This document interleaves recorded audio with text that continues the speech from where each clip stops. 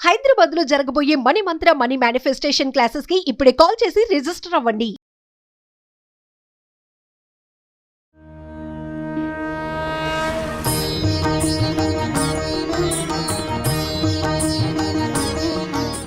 జై శ్రీమన్నారాయణ.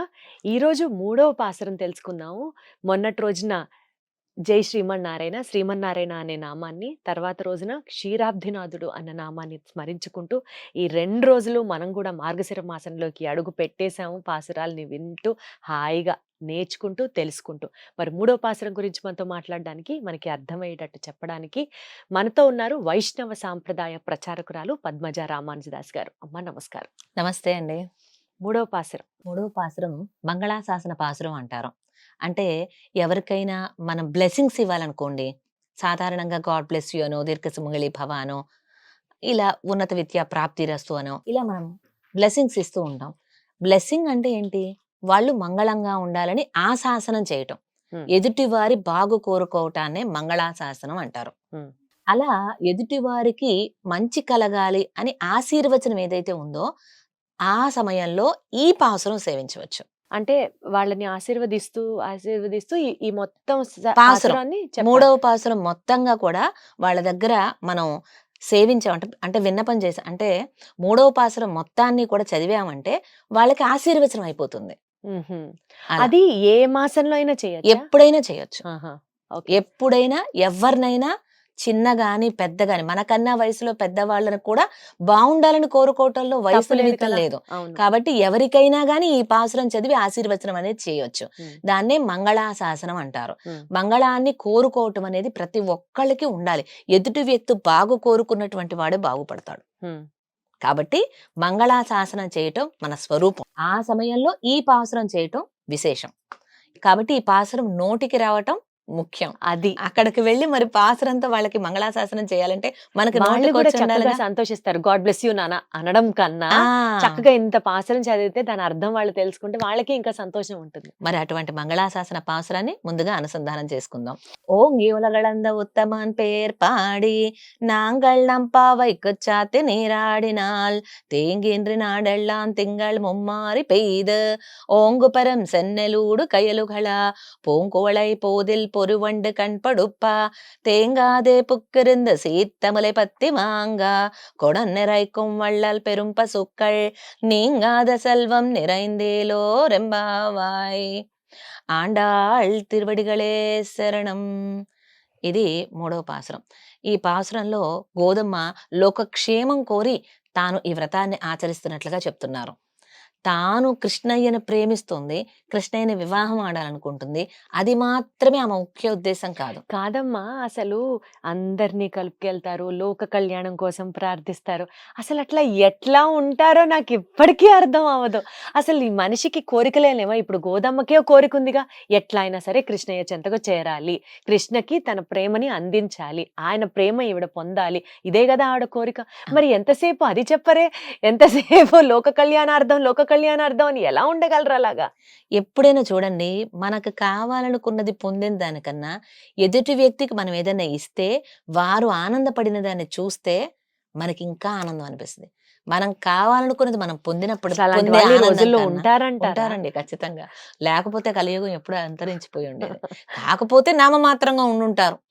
100%లో ఒక 10% లేకపోతే ఒక 5% అన్నా అలాంటి వాళ్ళు ఉండబట్టే ఇది పుణ్యభూమి ఇంకా ఇలా మిగిలి ఉంది.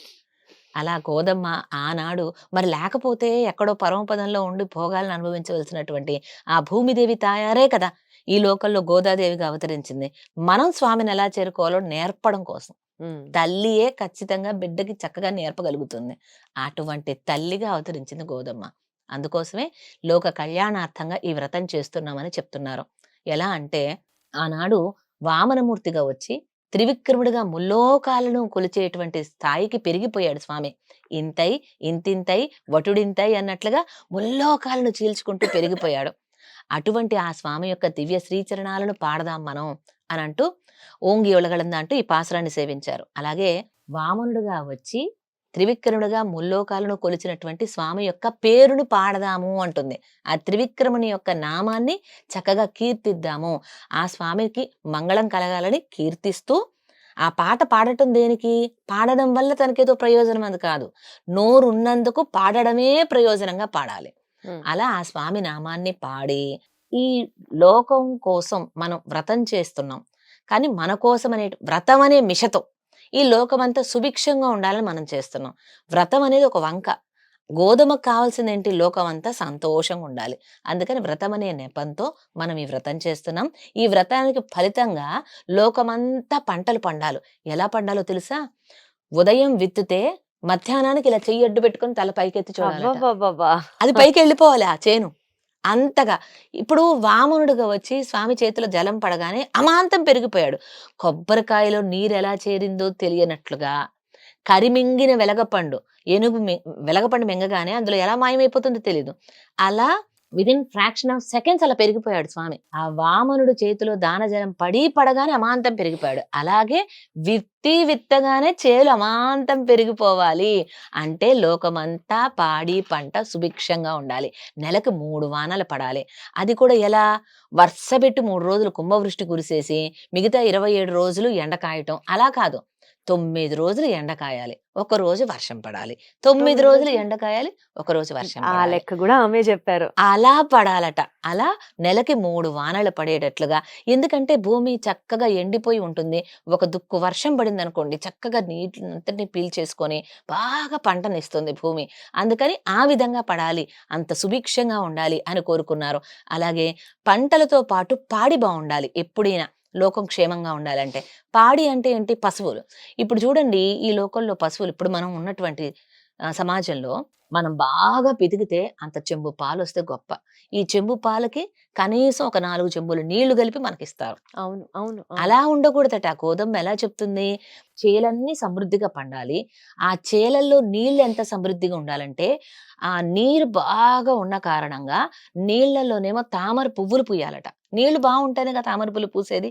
తామర పువ్వుల్లో బాగా తేనె ఉండాలి. ఆ తేనె త్రాగడానికి తుమ్మెదలు వాలాలి.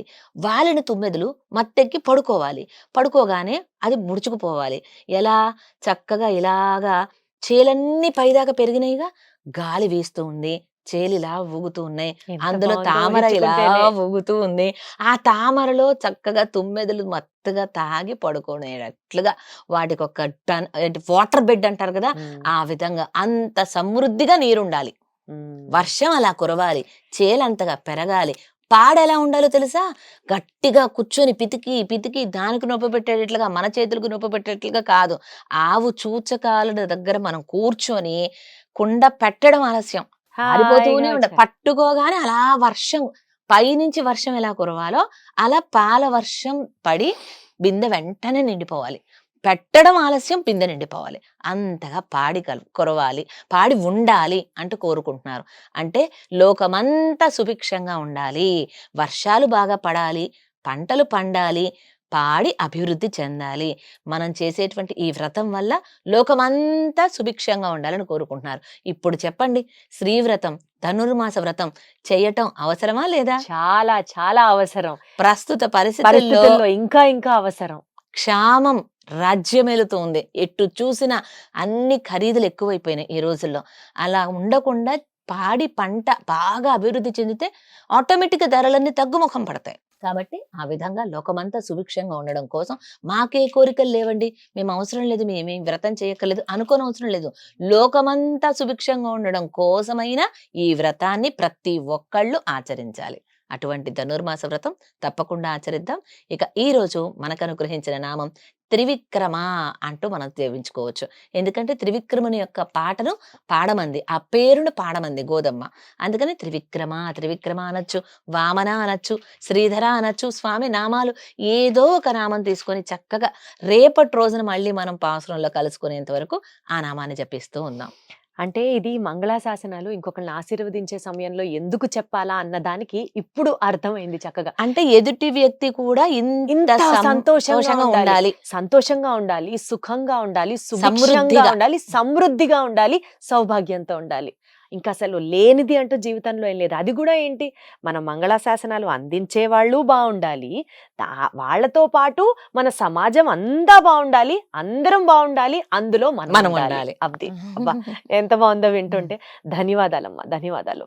ఆండాళ్ తిరువడిగళే శరణం. తిరువడిగలే శరణం. సర్వం శ్రీకృష్ణార్పణమస్తు.